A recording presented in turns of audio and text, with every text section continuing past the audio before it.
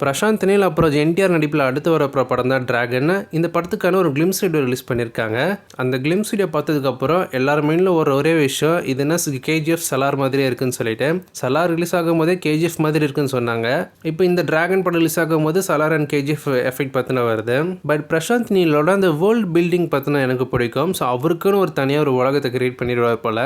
எல்லா படத்துலையும் பார்த்தீங்கன்னா ஒவ்வொரு உலகம் அவங்களுக்கும் சொல்லி ஒரு இடம் இருக்கும், அவங்களுக்குன்னு சொல்லி ஒரு செட் ஆஃப் ரூல்ஸ் இருக்கும். ஸோ அந்த வேர்ல்டு பில்டிங்கிறது நல்லாவே அமைச்சிருப்பாரு. அந்த மாதிரி தான் இந்த படமும் இருக்க போதுன்னு நினைக்கிறேன். இதில் ட்ரக்கை பேஸ் பண்ணி இந்த படத்தோட கதை நகரப்போது. எப்படி கேஜிஎஃப்ல அந்த கோல்டை வச்சு சுற்றி எல்லா கதையுமே நடக்கும், அதேமாரி இந்த ட்ரக்கை வச்சு சுற்றி ஒரு மாஃபியாவே இருக்குது. இந்த மாஃபியா கும்பலில் நடக்கக்கூடிய ஒரு சண்டைகளாக தான் இந்த படமாக இருக்க போது. கண்டிப்பாக பில்டப்புக்கு குறைச்சலே இருக்காது. அவன் சுடு தண்ணியிலே கையை விடுவான், உன்னை சும்மா விடுவான்னு சொல்லி அந்த டைலாக் வச்சாலும் வைப்பாங்க.